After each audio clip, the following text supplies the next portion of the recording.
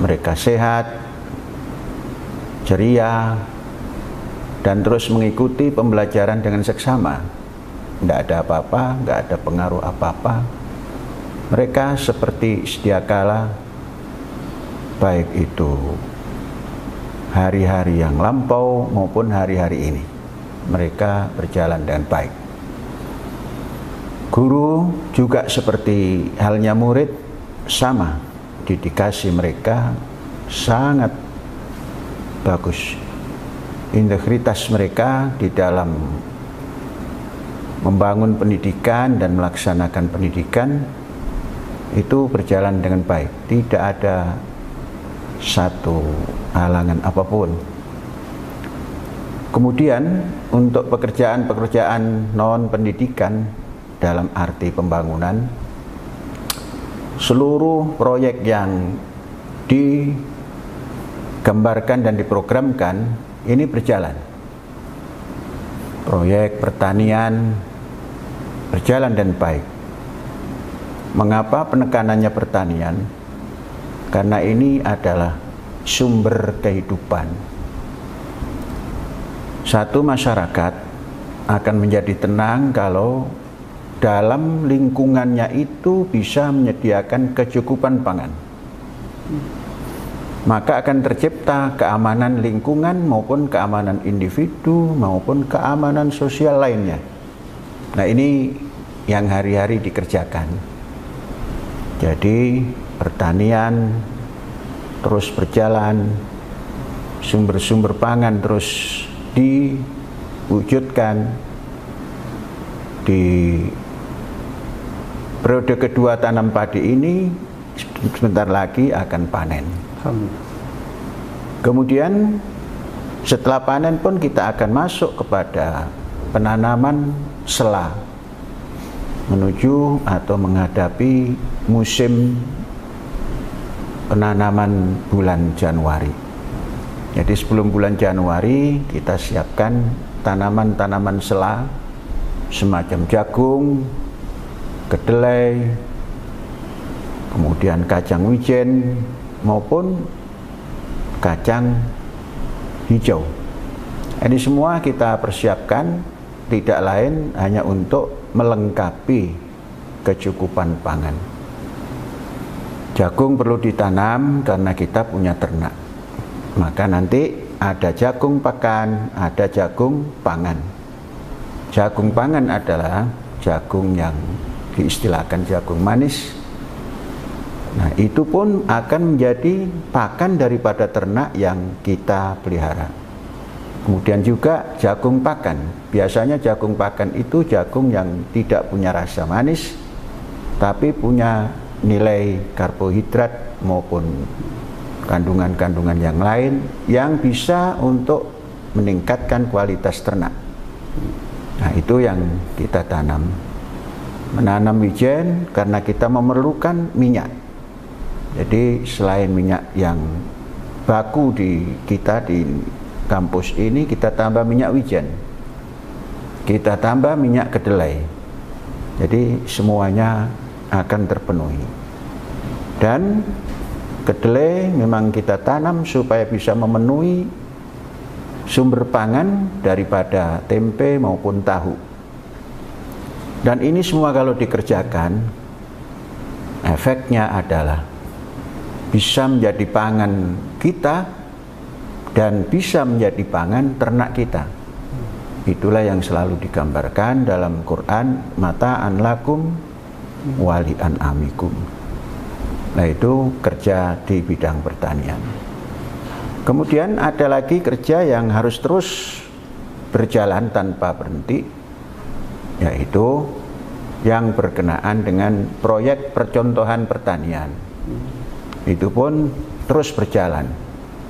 Untuk lahan yang sekitar 100 sampai 120 hektar itu sudah kita mulai dan sedang berjalan untuk menata infrastruktur, baik itu jalan maupun irigasi maupun titik-titik yang dianggap diperlukan untuk perjalanan pertanian. Nah, sehingga proyek percontohan ini nanti menjadi percontohan pertanian yang kekinian, sehingga kita tidak selalu mengucapkan pertanian di luar negeri baik dan di dalam negeri dianggap tidak baik. Padahal untuk menuju baik itu harus ada percontohan yang dalam bentuk bisa dipertanggungjawabkan, baik itu knowledge-nya maupun science-nya. Jadi nanti pertanian yang kita berikan contoh ini pertanian yang bisa diukur dan bisa digerakkan, baik itu untuk mencapai kuantitas maupun kualitas daripada produk pertanian dalam lahan percontohan itu. Nah, itulah yang kita kerjakan hari-hari. Di samping juga kita terus bergerak menjalankan program seperti kelautan, yang kita istilahkan kalau pertanian ini green economy, kemudian kelautan itu blue economy. Kalau berbicara laut, kita tidak lagi berorientasi pada laut pesisir yang jangka tempuhnya atau jarak tempuhnya kurang lebih 3 mil saja.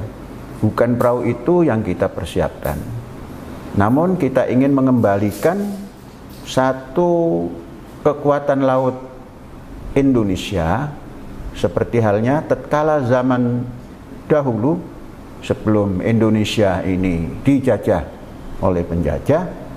Itu kita punya kekuatan maritim yang luar biasa, yang dihitung oleh bangsa-bangsa lain, dan itu kita kembalikan. Maka apa yang kita lakukan dalam blue economy ini sejajar dengan program negara yang masuk ke dalam kekuatan maritim, dan kita namakan blue economy. Pembuatan kapal berjalan terus. Kapal pertama itu ukuran kurang lebih 200 gross ton. Nah, kemudian yang kedua ini kurang lebih 600 gross ton, dan yang ketiga yang sedang diproses ini kurang lebih menjadi berlipat-lipat, yakni 2200 gross ton. Nah, ini harus ditekuni dengan baik, karena kita akan masuk kepada pelayaran ataupun nelayan yang ke garis ZEE, zona ekonomi eksklusif, bahkan harus melewati. Jadi melewati daripada garis ZEE, maka kapal diperlukan yang besar. Dan untuk situasi yang seperti hari ini tidak ada pengaruh perjalanan program-program seperti ini. Beberapa hari yang akan datang ini kemungkinan kapal 1 dan kapal 2 itu akan turun ke laut dan akan kita enrayen untuk menguji ada gerakan apa, mesin apa, ada getaran yang mengganggu kapal kita dan lain-lain, sampai semuanya bisa melaut dengan baik. Perizinan-perizinan untuk melaut itu sudah ada. Kemudian yang ketiga baru kita bentangkan di galangan kapal yang ada, karena ukurannya agak lebih besar. Ukuran yang ketiga itu lebih daripada 100 meter. Nah, ini memerlukan tempat, dan kita punya tempat. Tempat galangan kita itu panjangnya 150 meter, bahkan 160 meter. Nah, ini semua kita siapkan supaya dalam pengerjaan kapal kayu ini akan lebih cepat dan lebih aman, karena para pekerjanya dilindungi oleh pelindung bangunan itu dan dilengkapi dengan alat-alat yang bisa mengangkat kayu yang berat-berat itu. Dan ini semua berjalan dan baik. Memang orang mencari nafkah, orang bergerak di dalam ekonomi itu kalau tidak punya sense of belonging terhadap pekerjaannya, itu memang terganggu. Tapi karena ini hari-hari itu pekerjaannya, maka tidak ada yang merasa terganggu. Baik karyawan yang ada di dalam maupun petani-petani yang bekerja sama dengan kita itu berjalan normal, tidak ada yang terganggu. Yang bekerja bangunan pun berjalan normal, yang kerja pertanian normal, yang kerja kapal normal. Karena apa? Karena memang semuanya sudah memiliki landasan kerja, baik itu landasan hukum dan lain-lain sudah. Contoh umpamanya pekerjaan kapal. Pekerjaan kapal, izin untuk pembuatan kapal itu sudah kita miliki jauh sebelum kita membuat. Maka izinnya itu adalah pembuatan kapal tradisional, itu kapal kayu. Nah, tinggal bangunan itu sudah lama sekali kita ajukan, dan pelan-pelan satu titik atau satu poin sudah ada legalitas. Tinggal nanti surat keseluruhan itu akan dikeluarkan kemudian, dan tidak ada masalah, hanya tinggal nunggu. Adapun kemarin ada berita ABCD itu supaya dipercepat perizinan itu. Kalau yang kerja nggak ada masalah karena kita punya izin. Ini hanya bangunan saja, bangunan galangan kapal itu saja yang tinggal menunggu.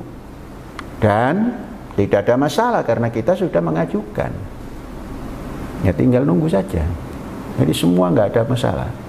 Kemudian untuk bergerak menambah aset berbentuk lahan, itu pun kita jalan terus kalau ada yang memberikan kesempatan untuk memiliki.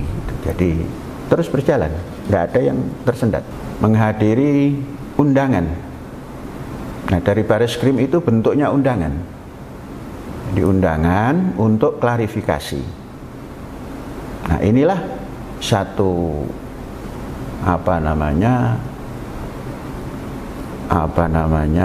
praktek yang benar. Jadi kepolisian mengundang, kemudian meminta klarifikasi. Nah, tentunya karena proses dalam klarifikasi itu ada hal-hal yang harus dipenuhi sebagai persyaratan, maka pertanyaan-pertanyaan itu banyak sekali dan itu harus kita tempuh. Nah, kita kemarin diundang pukul 10, namun karena pada hari Senin itu hari selepas libur, jadi dari arah timur menuju Jakarta itu padat dari kilometer 138 sampai 0, yakni di Halim Perdana Kusuma sana itu macet total, jadi hampir merangkak saja. Maka kita berangkat pukul 6 baru bisa ketemu atau masuk ke Bareskrim kepolisian, kepolisian sana, Mabes Polri, itu baru jam 1.30 atau jam 2 atau jam 14 kurang 15 menit. Dan baru kita masuk kepada klarifikasi itu pukul 2 lewat 15 menit. Dan memakan waktu yang cukup lama. Sehingga selesai baru sampai pukul 11 lebih atau 12 itu sudah. Kurang lebih 8 jam atau lebih sedikit. Namun semua dijalankan klarifikasi itu sesuai dengan hak-hak kita. Kita mendapat hak untuk istirahat, katakan sholat, katakan makan, dan lain-lain. Karena Syekh selalu makan itu hanya pada jam tertentu, makanya pada jam 5.30 makan. Kemudian dilanjutkan untuk menyelesaikan klarifikasi. Dan tatkala istirahat untuk sholat, Syekh mengambil jamak takhir, dilaksanakan pada jam kurang lebih 8 baru dilanjutkan kembali. Nah, itu yang terjadi di sana, dan ketika itu dianggap selesai sementara dan akan dilanjutkan kemudian, yang kita belum mendapat informasi kapan, sampai nanti mendapat informasi dari kepolisian. Kalau pesan yang paling khusus yaitu kepada para wali santri, karena intinya penghuni di sini adalah santri. Nah, santri itu pasti punya ayah ibu. Nah, kalau di sini ada 5.000 wali santri, paling tidak ya 10 sampai 20.000 wali santri. Percayakan kepada kita yang ada di ma'had, putra putri, ibu dan bapak, selamat semua, aman semua, belajar dengan baik. Yang baru pun mudah-mudahan kerasan karena baru masuk, tapi insya Allah kerasan. Dan tanda kerasan itu sudah diteliti oleh Syekh. Tiap hari Syekh keliling, anak-anak ceria dalam belajar, dalam olahraga. Percayakan pada kami, dan kalau ingin berkunjung ya silakan berkunjung, temui anak-anak, tapi jangan terlalu sering, nanti menghabiskan biaya gitu. Sebulan sekali saja itu berapa biayanya kalau tiap bulan? Ke Az-Zaitun kalau dari Jakarta atau dari Banten itu nggak cukup 10.000, karena tolnya saja 50.000 itu. Nah, kalau untuk bayar tol 50.000, pulang pergi sudah lebih daripada 100.000. Bensinnya belum, lain-lainnya belum. Nah, sebaiknya kalau per daerah itu buatlah perkumpulan wali santri, ada yang ditugaskan setiap bulan 1 kali, berapa orang, jadi tidak semua datang. Menghemat. Nah, kita ini harus bisa menghemat. Nah, karena apa? Karena kehidupan mandiri, kalau bangsa Bung Karno itu berdikari, itu intinya adalah penghematan. Nah, pada wali santri, insya Allah putra putri, bapak ibu aman, tentram di sini dan belajar dengan baik. Tidak ada halangan apapun. Makan cukup, istirahat cukup, olahraga cukup, sekolah cukup. Jadi di sini serba cukup. Makan tidak boleh tidak cukup, istirahat tidak boleh tidak cukup, olahraga tidak boleh tidak cukup, sekolah belajar tidak boleh tidak cukup. Semua harus cukup, dan sarananya bisa mencukupi itu. Udah, percayalah, semuanya baik-baik saja. Pada wali santri, sekali lagi percayakan bahwa putra putri ibu bapak semuanya berjalan dengan baik dalam pembelajaran di kampus Az-Zaitun ini.